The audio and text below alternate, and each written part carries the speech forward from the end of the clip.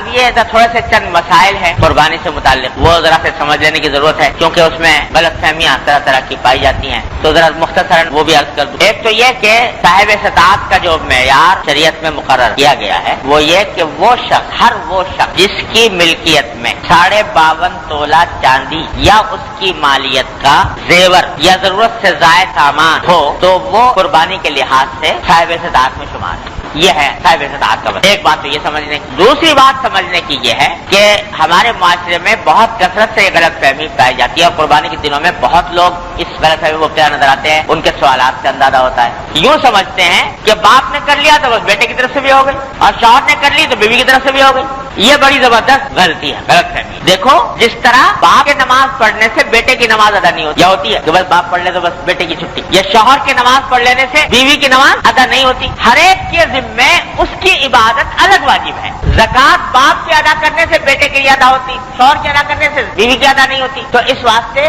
یہ قربانی کی عبادت بھی ایسی ہے کہ ہر ایک انسان پر اپنی الگ الگ فرض ہے۔ اگر شوہر بھی صاحب استطاعت ہے اور بیوی بھی صاحب استطاعت ہے تو شوہر پر الگ واجب ہوگی اور بیوی پر الگ ہوگی۔ باپ بھی صاحب استطاعت ہے اور بالغ بیٹا بھی صاحب استطاعت ہے تو یعنی اس کی ملکیت میں بھی اتنا ہے تو اس پر بھی الگ ہوگی، اس پر بھی الگ ہوگی، ایک سے دوسرے کی ادا نہیں۔ آج ایک صاحب ٹیلی فون پہ پوچھ رہے تھے کہ صاحب وہ ہم تو میاں بیوی کا اپنا آپس میں مشترک کھاتا ہے تو لہٰذا ہم ایک قربانی کر لیں، دونوں کی طرف سے ادا ہو جائے گی کہ نہیں ہو جائے گی؟ تو یہ بالکل غلط خیال۔ ہر ایک اپنی فرائض کا خود ذمہ دار، وہ باپ ہو یا بیٹا ہو، شوہر ہو یا بیوی ہو، ہر ایک اپنی ادا کرنی ہے۔ ایک دوسری غلط فہمی یہ بعض لوگوں میں پھیلا دی گئی ہے کہ ارے بھائی قربانی تو کیا کریں، قربانی کی برابر رقم کا صدقہ کرنے تو زیادہ اچھا، غریب کو فائدہ ہو جائے گا۔ بعض لوگ یہ کہتے ہیں کہ صدقہ کر دو، بجائے اس کے کہ 2000 روپے کا حصہ لو گائے میں، اس سے بہتر ہے کہ 2000 روپے کسی غریب کے ہاتھ پہ رکھ دو، صدقہ کر دو۔ یہ بھی بڑی زبردست غلط فہمی۔ ارے بھائی ہر ایک عبادت الگ الگ ہے، قربانی صدقہ کرنے سے ادا نہیں ہوتی، قربانی کی عبادت الگ ہے، صدقے کا ثواب الگ ہے، صدقہ اگر دینا ہے تو الگ دو، لیکن قربانی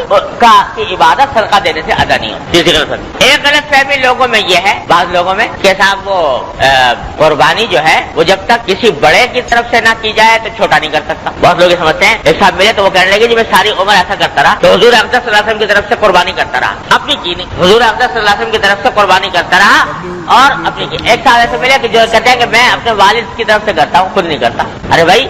پہلا تو کام یہ ہے کہ آدمی کے ذمے قربانی واجب ہے، اپنی طرف سے وہ واجب ادا کرے۔ دوسرے کی طرف سے قربانی کرنا ایصال ثواب کی خاطر، ہاں حضور اقدس صلی اللہ علیہ وسلم کی طرف سے ہو یا اپنے والدین یا کسی عزیز کی طرف سے ہو، یہ انسان کے ذمے کوئی ضروری نہیں ہے، واجب نہیں ہے۔ کوئی کرے ثواب ہے، نہ کرے تو کوئی گناہ نہیں، لیکن اپنی قربانی کرنا واجب ہے اور اس کے نہ کرنے میں گناہ ہے۔ لہذا پہلا کام تو یہ ہے کہ اپنی طرف سے جو اپنا جو واجب ہے وہ ادا کرو، اس کے بعد اگر کوئی کسی کا دل چاہتا ہے اور استطاعت ہے تو ٹھیک ہے، حضور صلی اللہ علیہ وسلم کی طرف سے کرے یا کسی والدین کی طرف سے کرے، کسی کی طرف سے کر سکتا ہے۔ یہ بات بالکل واضح ہو جانی چاہیے۔ آخری بات یہ ہے کہ بعض لوگ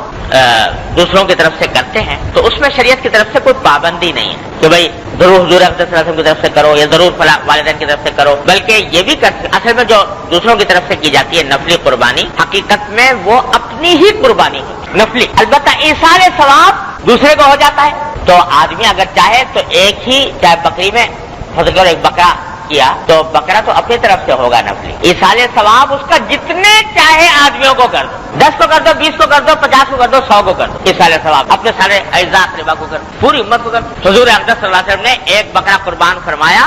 دو مینڈے قربان فرمایا، ایک فرمایا کہ یہ ایک میری طرف سے ہے اور ایک میری امت کے ان لوگوں کی طرف سے ہے جنہوں نے قربانی نہیں، ان کی طرف سے قربانی ساری امت کے لوگ حضور اقدس صلی اللہ علیہ وسلم کر گئے، ساری امت کی طرف سے۔ یہ بھی کلام ہوا ہے کہ بھائی جب کوئی شخص کسی کو ثواب پہنچائے قربانی کر کے تو کیا بٹ کے ملے گا یا پورا ملے گا؟ بعض کہتے ہیں بھائی بٹ کے ملنا چاہیے، اس واسطے کہ ایک عبادت ہے تو سب کو اس کا حصہ ملے گا، لیکن ہمارے بزرگوں کا مذاق یہ ہے کہ اللہ تعالیٰ کی رحمت سے امید یہ ہے کہ انشاءاللہ بٹنے کا نہیں، سب کو پورا ہی ملے گا۔ اس واسطے کہ حضور اقدس صلی اللہ علیہ وسلم جب ایک مینڈا قربان فرمایا پوری امت کے لوگوں کی طرف سے، اگر اس میں بٹوارا شروع ہو گیا تو ایک بال کا کوئی 10واں حصہ بھی ایک آدمی کے بانٹے میں نہیں آئے گا۔ تو اس واسطے اللہ تعالیٰ کی رحمت سے بعید ہے کہ وہ اس قسم کا بٹوارا فرمائے، ہر ایک کو انشاءاللہ کامل ملے گا۔ اس واسطے ایک اگر قربانی کی ہے نفلی تو اس میں جتنے بھی چاہے لوگوں کو ایصال ثواب کر سکتے ہیں، نفلی میں فریضہ جو ہے اپنا ذمہ جو واجب ہے وہ اپنی طرف سے واجب ادا کرنا چاہیے، اس میں پھر کسی کا شرکت نہیں۔ یہ چند مسائل ہیں، یہ موٹے موٹے میں نے عرض کر دیے، باقی تفصیلی مسائل جو ہیں وہ اگر کسی کو ضرورت پیش آئے تو معلوم کر سکتا ہے۔ بہرحال اس طریقے پر اللہ تبارک و تعالیٰ اپنی رحمت سے ہم سب کو اب صدق کے ساتھ، اخلاص کے ساتھ، اتباع سنت کی نیت سے اور اپنے تقرب کے خاطر یہ قربانی کی عبادت کو انجام دینے کی توفیق عطا فرمائے۔